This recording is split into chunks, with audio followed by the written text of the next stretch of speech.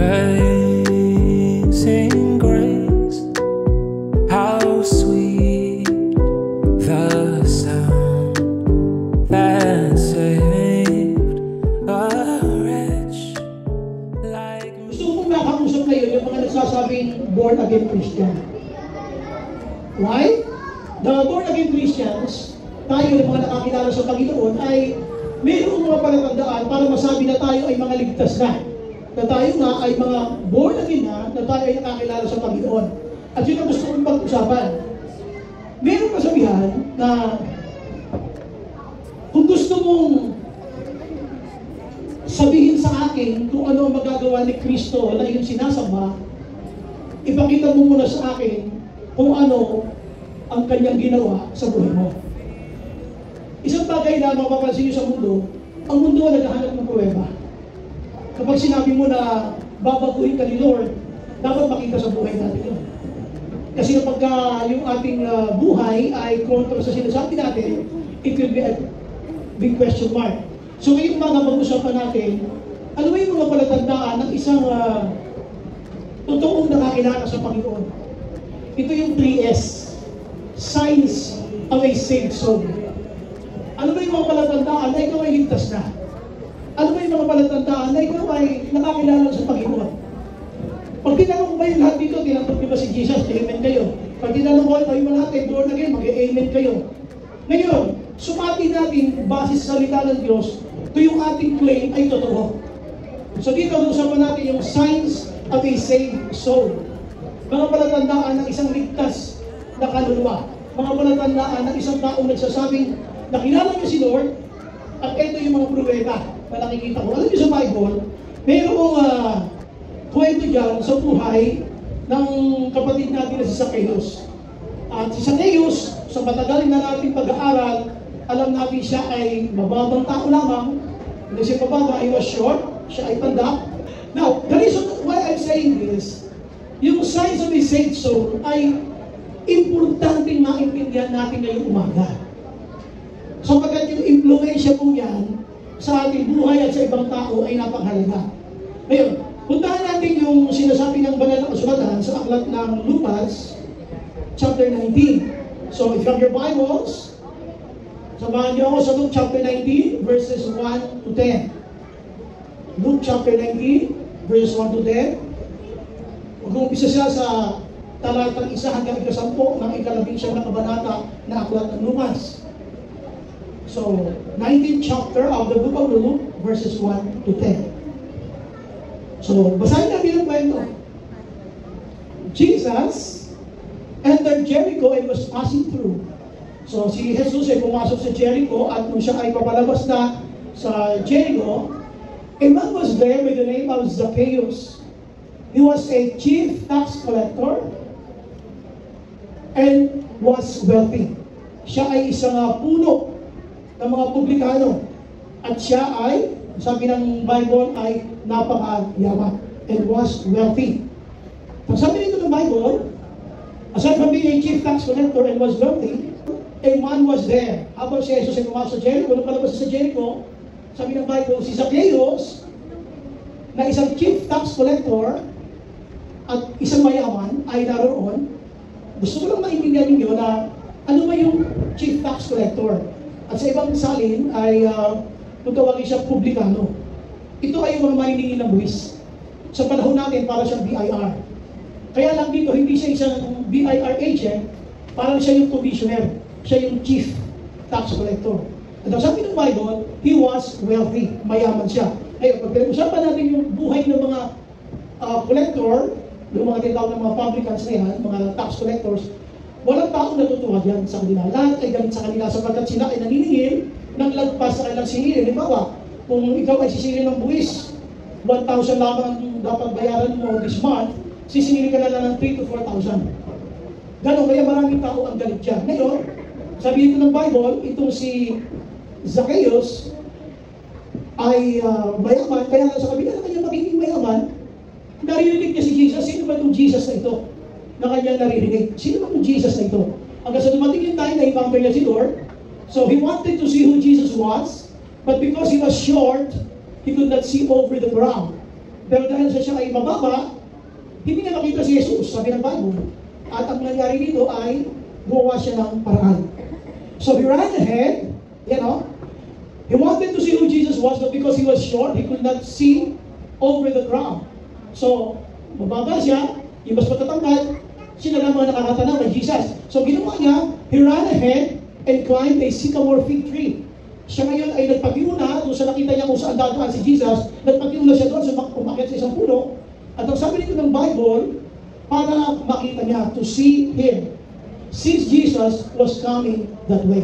Dahil si Jesus ay nakita niya, paroon ang tubo, inunahan na niya at siya ay umakyat. When Jesus reached the spot, nang marating ni Jesus kung saan yung tapat, kung saan nando si Zacchaeus, ang sabi ng Bible, siya ay tumingala at sinabi kay Zacchaeus, Zacchaeus, come down immediately. Mga pinabababa siya agad-agad. Zacchaeus, come down immediately. I must stay at your house today. So he came down at once and welcomed him gladly. All the people saw this and began to mutter. Ano yung kanyang marites? Sabi niya, he has gone to be the guest of the sinner. Sabi niya, wow, si Jesus, papasok sa bahay ng isang makasalanan. Makasalanan, ang tawag nila kay Zacchaeus. Bakit? Kasi nga marami ang galit sa kanya. Katulad sinabi ko sa inyo, kung ang sisingilin namin na amilyar sa iyo, buwis sa buwan na ito 100, pumaningil sila 3 times, 4 times. Kaya marami ang galit kapag ikaw ay isang tax collector sa panahon ni Jesus. Ngayon, nasabi ito ng Bible, nung sila ay makarating sa bahay, Jesus, ni Zacchaeus, habang sila ay kumakain, tumayo si Zacchaeus. Sabi niya, but Zacchaeus stood up and said to the Lord, look, Lord. Look, Lord. Sabi niya, tingnan mo, Lord. Here. And now I give half of my possessions to the poor. At ngayon sabi niya, Lord, tingnan mo na. Lord, sabi niya, ibibigay ko ang kalahati ng aking mga ari-arian sa mga mahihirap. And if I have cheated anybody out of anything, I will pay back 4 times the amount. Kung may nadaya man akong sino man, ay 4 na ibayo kong isusuli. Bakit? Nagsisiguro siya kasi nga, pumaningin na sila 3 times, 4 times ng dapat mong bayaran. Kaya gusto niya lang makatiyak. So ngayon, ang gusto ko pag-usapan dito sa ating theme, sabi ng verse 9, sabi ni Jesus, pinumit siya. Pinumit. Today, ngayon din. Today, salvation has come to this house. Kaya kung mapapansin niyo, bakit ang theme ni Pastor ay signs of the saved soul? Kasi yung context, kung ano yung pinag-uusapan dito, ay kaligtasan. Ayun po, Jesus said to him, today, salvation has come to this house. Because this man too is a son of Abraham. For the Son of Man came to seek and to save the lost. So gusto ko isipin dito, kung tatanungin mo sarili mo, ikaw ba talaga ay born again? Of course, walang agatong-gatong mag-amen ka. Walang isip-isip, no-brainer, sasagot ka na, oo, ako ay born again. Sumatin natin. Saranginin natin ang ating sarili base sa mga talatang ito. Kung tayo nga talaga ay nakakilala sa Panginoon. At kung totoong na-encounter mo siya genuinely, just like the encounter of Zacchaeus with Jesus. Kasi dumarating yung time kung minsan tayo mismo ay nag-aalinlangan kung tayo ba ay Kristiyano o hindi. Kailan kayo huling nagduda kung Kristiyano ka hindi? Hoy, parang wala ka nakakaramdam nun. Parang kayo wala. Lalo-lalo na yung mga baguhan, yung pagkatapos mo lang magsisi, uulit ka na naman. Bakit ko ito na uulit kung Kristiyano na ako? Dito walang umuulit. Wala kahit isa. Amen? Walang umuulit dito ng kasalanan. Amen? Huwag niyo akong daanin sa ngiti. O di ba nakakaulit ka? At kapag nakaulit ka, kung ka nagtatanong, bakit ko inuulit? Sino sa inyo yung nagtanong ng bakit ko inuulit? Di ba? At ang tanong mo, kailan mo kaya uulit-ulit? Ngayong umaga, gusto manalangin tayo because the message for today will give us the true reflection of a Christian. Lalo-lalo sa mga mataas, sa mga bago. Some of you are asking God, Lord, am I really a Christian? Why I am living this kind of Christian life? Minsan you feel frustrated. Minsan ako frustrated, bakit ganun Christian ka matuto na nagawa? And the worst, Lord, worker na ako. Bakit may mga hidden sin ako? Lord, Kristiyano na ako. Bakit may mga habitual sin ako na lagi kong ginagawa? Kaya kung usapan natin in general, sino nga ba ang tunay na born? Sino nga ba talaga ang totoong Kristiyano? Ayon sa salita ng Diyos. Sabi ng Bible, he wanted to see who Jesus was. Gusto niya makita kung sino itong Jesus na dahil as a publican, bilang isang maniningil ng buwis, kabisado niya Jericho. He had been there for so many times, at yung maniningil siya ng buwis, naririnig niya ang pangalan ng Jesus. Ay, sino ba yung Jesus kasi na yan? Gusto kong makilala yung Jesus na yan, kaya one time, nung si Jesus ay dumaraan sa lugar na yun, hindi na niya pinalagpas yung pagkakataon, gusto kong makita yung Jesus na yan. Kaya sabi dito ng Bible, he wanted to see who Jesus was, but because, nakakunailan po yan, but because he was, parang yung matatanggal. But he was, lakas yun. Isa ba? Ako lagot kayo kay Mrs. But because he was short, he could not see over the crowd. Kumbaga dahil siya ay mababa, maliit, hindi niya makita. Hindi makita si Jesus kasi pinagkakalimutan ng mga tao. So ano kanyang ginawa? Gumawa siya ng paraan. So he ran ahead and climbed a sycamore fig tree to see him since Jesus was coming that way. At dahil siya ay dadaan sa lugar na yun, nagpatiuna siya kung saan nakita niya kung saan dadaan si Jesus at siya ay umakyat. The first thing na mararanasan ng isang nakakilala sa Panginoon, yung bago niya na-encounter si Lord, yung tinatawag natin the desire to see. Meron isang manunulat, sabi niya, the moment you desire to see Jesus, you already saw Him. Sabi niya, yung pagkakataon na gusto mo makita si Jesus, sa totoo lang ay tatagpuan na. Because the desire to see Jesus will never be given to you by Satan. The desire to know Jesus will never be given to you by the enemy. And lalo na sa iyo, ang gusto ng katawan natin ay puro convenient na buhay, puro pahinga. Ito mag-e-effort siya. Ayaw ng katawan physical natin na nag-e-effort. Kaya yung the desire to know Jesus more, sino ba itong Jesus na to, ay ibinigay ang desire na yan, sabi nga ng book of Philippians, sa Philippians, yung desire na yan ay binigay sa akin ng Panginoon to act and to will according to His purpose. So, gusto ko isipin niyo, when was the last time you desired to see Jesus? Kailan? High school ka? Naririnig mo na yung Jesus na yan, may charismatic. Naririnig mo na yung Jesus na yan sa tita ko. Naririnig mo na yung Jesus na yan doon sa kuya ko, doon sa mama ko. Hanggang sa dumating yung time, maririnig mo na yan, sino ba yung Jesus na yan? Hanggang sa na-invite ka na sa JCIWC. Palagpakan natin ang Panginoon. The desire to see Jesus. Alam niyo pagka yung gusto mo makilala si Lord sa buhay mo, the more you wanted to see God more, ang daming balaki.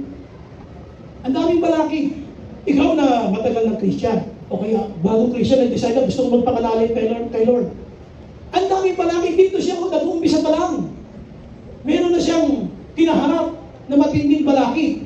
Tinagyawa sabi, ang kanyang problema, but because he was short. But because he was short, hindi niya may makita si Jesus. So ano kanyang ginawa? He climbed a sycamore fig tree to see him since Jesus was coming that way. Dito makikita mo na pag talaga gusto, may paraan. Diba? Pag gusto, may paraan. Pag ayaw, marami. So, yun eh. Parang yung minsan i-invite natin, alam niyo, ilang beses kayong tumanggi bago kayo napunta sa church. Ilang beses kang pumara-paraan para makaiwas sa nag-i-invite sa'yo. Hanggang sa dumating yung time, nakita mo sarili mo, nakataas na kamay mo, nagpupuri na kayo. Palagpakan natin ang Panginoon. The desire is there. Alam niyo, God knows your desire. Hinahanap mo yun eh. Alam mo yung salita ng Diyos that will give you satisfaction. Alam mo na, iba yung fellowship ng mga kapatiran. Yung iba nga nagday-testimony, pumapasok pa lang ako sa church, kaya kinikilabutan na ako. The reason why I'm telling you this, when was the last time you had the desire to know Jesus? Kailan mo unang hinanap si Jesus? High school ka? Kailan? Kwentuhan ng papa mo, tsaka mama mo? O yung barkada na kukwentuhan tungkol kay Jesus kasi yung batisyon sa isang church? Kailan ka natumpisa? Nung ikaw ay walang-wala? Alam niyo, napakasarap parinig ang salita ng Diyos yung mga panahon na kailangan mo siya. Swak na swak ang salita ng Diyos. Dito gusto ko na sabihin, meron ditong but because. Kumusta ka? Ano ang mga balakid mo ngayon para hindi mo lalo makita si Lord? Ang daming distractions. Number one, unang problema mo dyan, sarili mo. Paano gumising na maaga? Lalong-lalo na pagdating ng July, meron na po tayong second service. sa July, ang first service natin, 8:30. Tama ba yun? Yeah, 8:30. Anong oras ka gigising? 2:00 sa madiga. So, first service natin yun. May dalawang service tayo. Pahirapan na yan. So, gabi pa lang, magpakulo ka na ng tubig kung wala kang water heater. Kaya kung sinasabi alam nyo, marami tayong bad because ang dami mong pwedeng isipin o idahilan para lalo mo hindi makilala si Lord sa buhay mo. Ang dami. Dito mapapansin niya ang unang problema niya. Personal. Physical. Minsan ang problema mo hindi naman ibang tao eh. Ang problema mo sarili mo. But because you desire to know Jesus more, hindi ka papayag na hindi ako gagawa ng paraan. Kahit antok na antok ako, babangon ako at ako ay sasamba. Amen?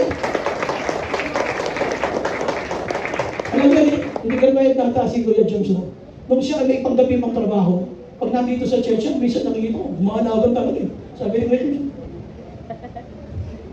Gumagano talaga siya eh.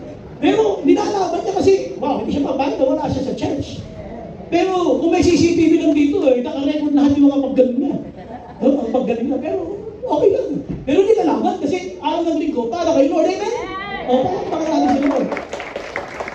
Marami tayong bad because, kaya lang, hindi ka papayag dapat na yung mga sagawal ay maging dahilan para hindi ka makapaglingkod sa Panginoon. Amen? Pakalaman natin si Lord. So dito, the desire to see. Dapat yung desire to see, desire to be involved, desire to know Jesus more, ay hindi nawawala sa'yo. From the time na born again ka lang, kilala ka sa Panginoon, dapat habang lumilay pa sa mga panahon, mas tumitindi ka. Habang ikaw ay tumatanda, tumitindi ka naman. Amen? Dapat habang tayo ay nagsisikhay, nagsusumikap, nagpupumilit, na hindi tayo papayag na mapigilan ng kahit na ano, basta ako, lalapit ako sa Panginoon. Amen? Sa ilakas yun ay palakpak na yan, bibig. So, dito tayo, doon sa letter S na pangalawa, na decide to see. Napunta natin yung number 2. Sabi ni Jesus, Zacchaeus, bumaba ka agad siya ng late. Pupunta ako ngayon sa bahay mo. Nung marinig yun ng mga marites, nakilituloy siya sa isang makasalanan. Si Jesus, nakilituloy sa makasalanan. Naipitan niyo mabuti nito. Pagdating nila dito sa loob ng bahay pa sila kumakain, second proof na isa na kakilala sa Panginoon. But Zacchaeus stood up mula doon sa kung saan niya pinakakain sila Jesus at mga disciples, habang sila kumakain siya tumayo. But Zacchaeus stood up and said to the Lord, Look, Lord, here, and now I give half of my possessions to the poor. And if I have cheated anybody out of anything, I will pay back 4 times the amount. Ano sa tingin niyo ang isang palatandaan ng isang ligtas na kaluluwa? Ano yung number 1 natin? The desire to see. And ito yung the desire to serve. Pag nakilala mo si Lord, maniwala ka, hindi ka papayag na hindi na maglilingkod sa Kanya. Gagawa ka ng paraan. Ano ba yung training na yan? Ano ba yung level 1, level 2 na yan? Sama naman ako yan kasi gusto ko mag-serve kay Lord. Gusto ko yung makita tulad nyo. Amen. Hindi ka mapayag na hindi ka magiging part ng gawain nito. Kaya ang sabi niya, Look, Lord, here now, I give half of my possessions. Kita mo yung pagbabago sa kanyang buhay. Tandaan nyo, sabi mo kanina, ay maraming galit sa kanya, sapagkat siya ay ganit sa salitang kanto. Kumbaga, wala siyang iniisip, kundi puro pakabit. Pero nung na-encounter niya si Lord, there was a radical change. Now, ang isang pakabit ngayon ay magbibigay na. At ang bibigay niya ay yung poor. So, mapapansin mo yan, nung nakilala mo si Lord, bumait ka. Oo, sabi ng nanay mo, bumait ka pag natutulog. Pag natutulog. Di ba? Ang bait-bait na pag natutulog. Bumait ka eh. Dati, hindi ka naman ganyan, tapos kayo ganyan ka na. Mapapansin ka, alam mo sino makakapansin dyan sa loob ng bahay? O isa kang yun? O na makakapansin? Lalay. Ba yung anak ko, nagtitigong ka ng higaan. Oo naman. O yung anak ko, nag-iigib na. Yung anak ko, nag-uugas na ng pinggan. Hindi na inuutusan. Wala na nagsasabi ng wait lang. babalik ko, tatay, yung dating hindi ka Kristiyano, ang gaan na kamay mo mamalo. Ngayon, hindi eh. Magtatao sa iyo, bisis mo ba? Hindi mo pinalo. Eh, pag-pray na lang natin, magbabago yun. Wow! Palapag naman natin sila. Kaya, a total change na nangyari sa isang tatay at sa isang nanay. O nga ba, sige lang isang nanay eh, bakit? Nabawasan yung pag-agaling, yung pang pasalita sa bahay. Yung dating nakasita sa anak at sa asawa. Eh, pag-pray ko na lang, mabagong ginagawa siya. Diba? Alam mo nga natin si Lord? There will be a change. Mapapansin mo yan, may magbabago magaganap sa'yo. At ano yung cause? The willingness or the desire to serve. Alam niyo, automatic yun. Makinig ang mabuti ha. Automatic yun. Pag nakilala mo si Lord, kinagdan mo si Jesus sa buhay mo, wala kang ibang iisipin, how can I please my master? Wala kang iisipin kung paano bibigyan ng kasiyahan ng Diyos? Paano bibigyan ng kaluguran ng Diyos? Yun lamang sa magitan ng paglilingkod. Kaya nga, ngayon, narinig niyo po ako, kung meron kayong gusto i-contribute na talento, kausapin niyo po yung mga ministry heads ninyo. Kausapin niyo, alam mo, Pastor, magaling ako magbigay ng pera eh. Kausapin si Ate Heli. Yan. Tuturuan niya kayo paano magbigay ng tama. O kaya, magaling ka sa mga drawing. Kausapin niyo si Ayumutay Mincha, o si Ate Ceci. Ano mga talento meron ka? You talk to these ministry heads para matulungan ka ng part sa gawain ng Diyos. Amen? O palagpakan namin si Lord. Tingnan niyo ha, ang sabi ng Bible, nung ma-encounter ni Zacchaeus si Jesus, ang lumabas sa bibig niya, look, Lord. Wala namang Lord na pinag-uusapan kanina. Gusto lang niya makilala si Lord, pero nakita ni Lord yung kanyang puso. Kaya dito sabi niya, Lord, I'm willing to serve. Lord, gusto ko maglingkod. Kaya ang tanong dito, are you willing to serve the Lord? Ay, meron pala pala natin si Lord. We all must be willing to serve the Lord. Kaya tumayo siya eh. Tumayo siya. Maglilingkod ako sa Panginoon. Kaya po tayo, kung meron ng desire na maglingkod sa Panginoon, hayaan mo na. Lahat ng talentong bigay ng Diyos ay pananagutan mo sa Panginoon kapag hindi mo pinagtapatan. Lahat ng meron ka. Marunong kang tumugtog ng gitara, marunong kang mag-drawing. Ha? Ano drawing? Yung usapan ka, hindi ka dumating. Drawing. Marami ka natin. Ha? Kung kakain daw kayo, yung daw kayo sa Starbucks ng kape. Hindi ka dumating. Drawing. Diba? Ano ba? Marami ng talento, ipagamit mo yan kay Lord. Ulitin ko, ipagamit mo yan kay Lord. Palagpakan natin ang Panginoon. The desire to serve. Dapat tayo may namin ganyan. Hindi yung, pakinig kayo mabuti ha. Hey, listen. Kayo mga nakaupo dyan sa harap. Lahat po na tumatayo dito, sa likod ng pulpito, hindi ho yung mga perfecto. Maging ako ngayon, pastor. Kung minsan habang ginaganap po namin yung aming ministry, nagkakamali kami. At magkakaroon kayo ng dahilan para pintasan kami. Pero tanong isang gusto sabihin sa inyo, it is easier to sit down and criticize than to stand up and perform. Mas madali mo maupo dyan at i-criticize yung mga nakatayo. Mas madali. Ngayon, subukan nyo kayo. Eh, napakasintunado namin ganito. O sige, ito may, ikaw magpakanta. Subukan natin. Eh, hindi ko lang masasya mo yung ano eh. O di sige, ikaw gumita.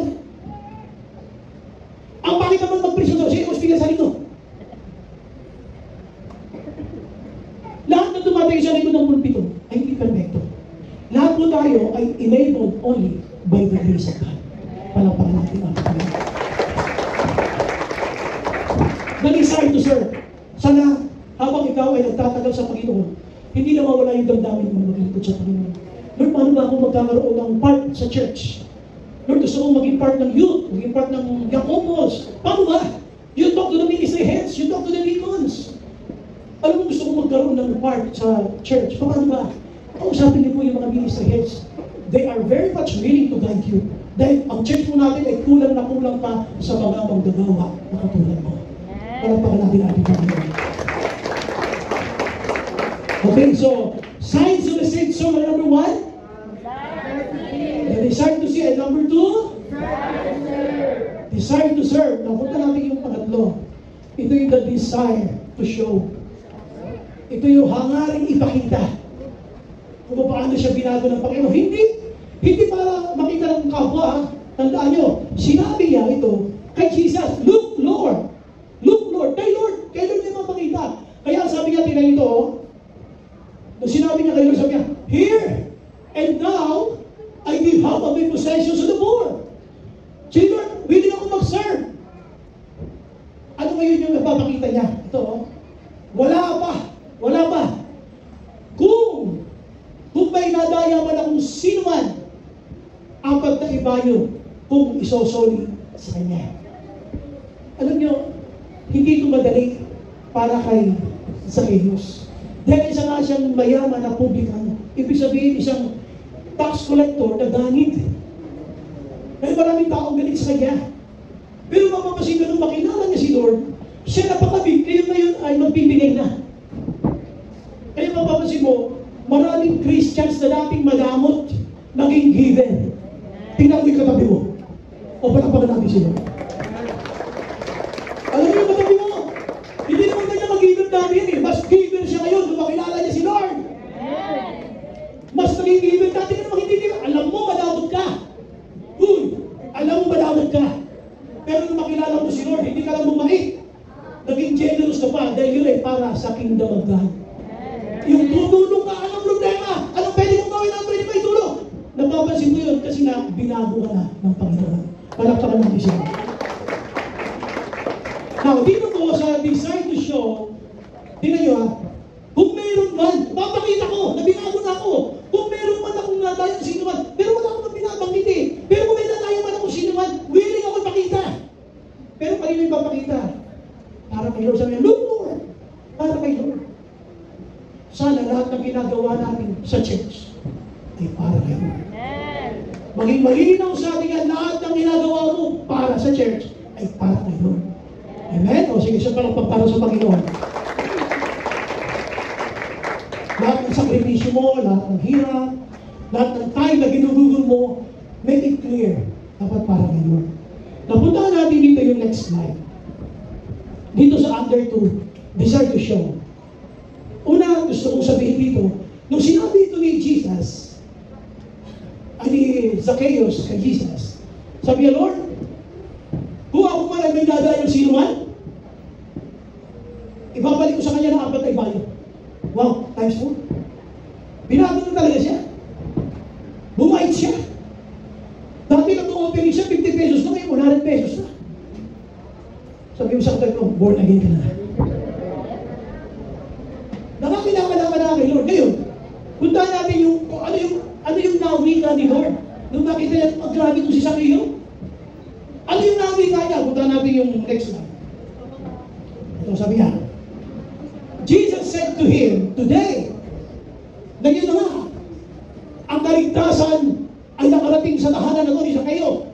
Because this man too, maging ang lalaki nito, sabi niya, ay tunay ng anak ni Abraham. O ano yung relevance? Bakit pinakit si Abraham? Nung nasabi, makinig kayo mabuti ha, para makita niyo yung significance. Nung sinabi dito ng Bible, sabi ni Zacchaeus, Lord, kung may nadaya man akong sinuman, willing kong ibigay, times 4. O ano ba yung nakuha ko sa kanya o nadaya ako sa kanya. Sabi ni Lord, grabe, ang taong to, ay tunay na anak ni Abraham. Bakit si Abraham?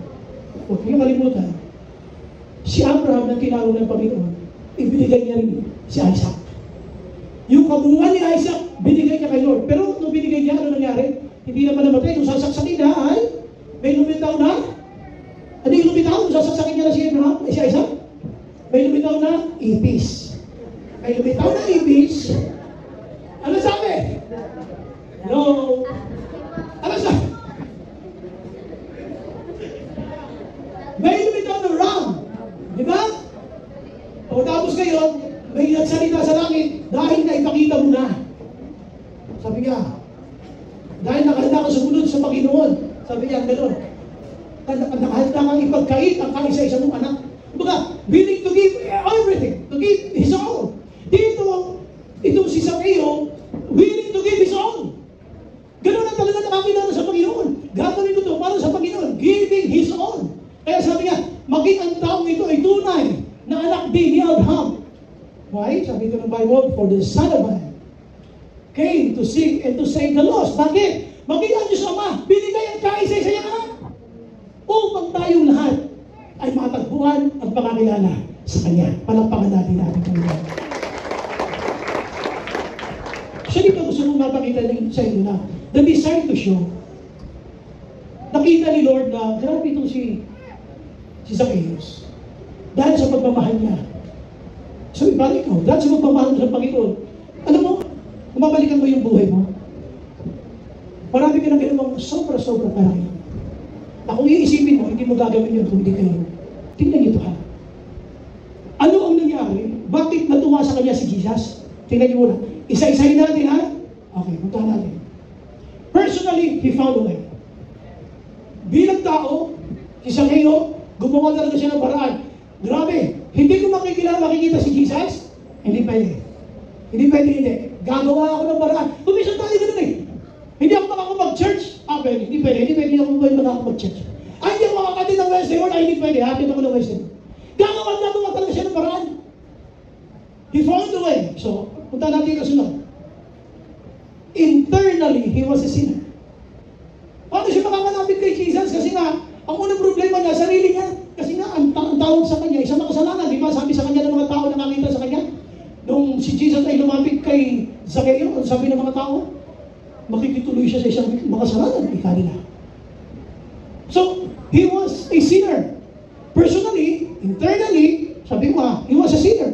Oh, pwede na yung maging problema. Hindi. Parang makatid lang dyan, mga maka-Diyos, makasalanan ako, di ako pwede. Makabadating ko sa pinto, masunog ako. Sino sa inyo yung mga nag-i-invite ka pa lang, parang takot na takot na sa simbahan? Makabadating ko sa church, matunaw ako. Ayun o, internally he was a sinner, pero na-overcome niya. Because he was about to meet Jesus. So, punta tayo sa letter B. Externally, he was sure. He had all the excuses. Nasa kanya na lahat ang pwede niyang ibigay na katwiran sa Panginoon. Lord, hindi ko makikita. O, yan na. Bisa ganun tayo eh. We believe more on the distractions, not being able to serve the Lord. Hindi kasi mahirap sumakay. Mahirap yung ganyan. Look at him.